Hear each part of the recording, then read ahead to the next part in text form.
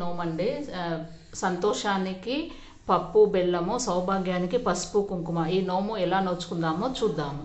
ఇలాంటి 2 ట్రేలను తీసుకొని ఒక దాంట్లో పసుపుది ఇంకొక కుంకుమది పెట్టాలి. ఇంకొక ప్లేట్లో సౌభాగ్యానికి సంతోషానికి పప్పు బెల్లం. ఈ 2 ఇలా పెట్టుకొని గౌరమ్మని పెట్టి నోముకోవాలి. సౌభాగ్యానికి సంబంధించిన నోముకు 2 జాకెట్ ముక్కలు చీర మన ఇష్టం అండి. 2 జాకెట్ ముక్కలు, కుడుకలు, పసుపు కుంకుమ పొట్లము, గాజులు పెట్టుకోవాలి.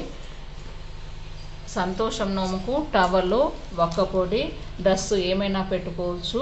సౌభాగ్యము సంతోషానికి సంబంధించింది, తల్లిదండ్రులకు ఇవ్వాలి. ఒకవేళ తల్లిదండ్రులు కాకుండా బాబాయ్, పిన్ని, పెద్దనాన్న, పెద్దమ్మ ఇలా అందరికి ఇవ్వచ్చు. తల్లిని కూర్చోబెట్టి ఈ సౌభాగ్యానికి సంబంధించి ఇవి ఇచ్చి ఇవ్వాలి.